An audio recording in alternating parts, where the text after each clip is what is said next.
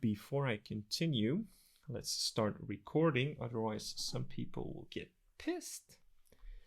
Okay, we're recording. Primarily this should be the entire week basically should be come from a point of understanding, and then you are going to build up to a nice illustration at the end of the week where you can use all of the knowledge that you've gained in order to make those pretty illustrations. But those illustrations should come from a place of understanding and not primarily first start with pretty lines and then try to figure out what's underneath, because that will just make messy drawings. Okay. So let's start first with the Loomis head explanation. Now, before I do that, maybe we can start by, for anyone that's not familiar with the proportions of the human head. So what I'm going to do is I'm just going to draw a profile first. And the way that Loomis explains the profile of a head is that he basically starts with a sphere, and then he cuts that sphere in half. All right. Can you guys see that? What I'm drawing? Yeah, okay, cool. So he cuts that sphere in half, and what he does is he indicates where he cut the sphere in half as the height of the eyebrows. Now keep in mind, it's the height of the eyebrows and not the height of the eyes. He keeps the eyes a little bit underneath, but we'll look at that in the 3/4 view. So once he indicated the half of the sphere, he will indicate the top of the hairline, which will be just underneath the top of the circle, which is the cranium in this case. And because you have these two widths now, you can multiply them 3 times down. So this from this to this, which will give you the base of the nose, and then 1 down, which will give you the base of the chin, right? And then he connects the chin with the other half of that sphere, right? And essentially creates the head. Oh, and just as a small disclaimer, I do have some glitching going on OBS with this camera. I'm not sure why, but it just happens occasionally.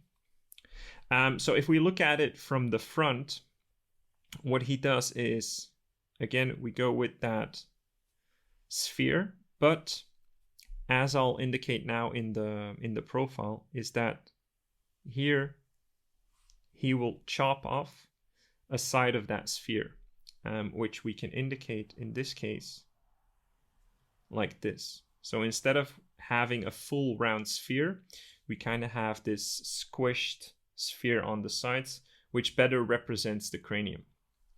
Again, we can cut that sphere in half, get the height of the eyebrows, indicate the top of the hairline, multiply this down 3 times,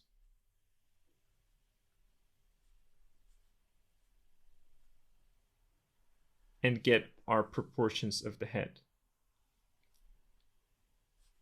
Okay, so basically that's how Loomis kind of indicates those proportions. Now to kind of transfer this into the Loomis head, when we look at it in 3/4, we do the same thing. We start with a sphere, and then we use another sphere to illustrate the chopped off side of that cranium. And the sphere, or the ellipse that you'll use in order to chop off those sides, will depend on the perspective of your head. And I think that's one of the best indicators to actually start with drawing heads in proportion or in perspective, is that the side plane of your cranium will indicate kind of the tilt and perspective of your head. So if I just do this, for instance, we'll be looking at it just a bit straight on actually. But if I draw a sphere and then I indicate my plane here, then I'm pretty sure I will be looking up at this head because my side plane has tilted all the way up there. Okay, so that's something that you can use to kind of understand the spatial awareness of your portrait. Okay, so again, then we chop that sphere in half, effectively creating the height of the eyebrows. We indicate the top of the hairline, go 3 down, which is 1, 2, 3. Connect the dots, and then because we have this half of the sphere, we kind of create that Loomis head. Now what Loomis also does is that he makes a rhythm line going from the side of that, chopped off half, and then he creates a rhythm to the front of the chin. And he does that because what he illustrates is that this area is what he calls the flattened area. So as you can see, it already indicates kind of a more planar view of the face. So there we have a sphere. We indicate the side of that sphere, which is our cranium. And then we determine the half of that sphere, which will be around here. And so we know that our mask will have to look something like this.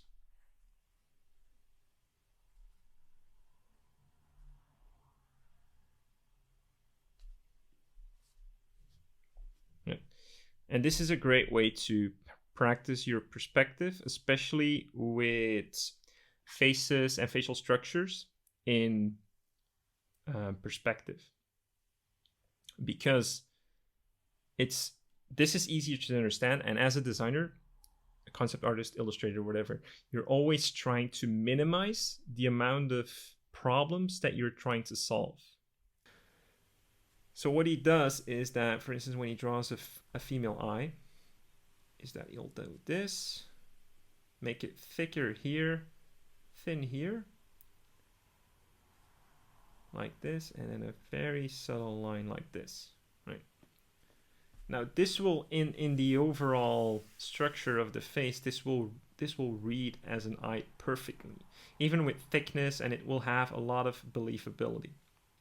Now the reason that is that because I've been explaining this to you guys, you will probably understand it better, is that all he's thinking about is that he knows that the eyebrow and the eyelashes will create a dark line, and he's indicating that thickness that we have from the lid, right?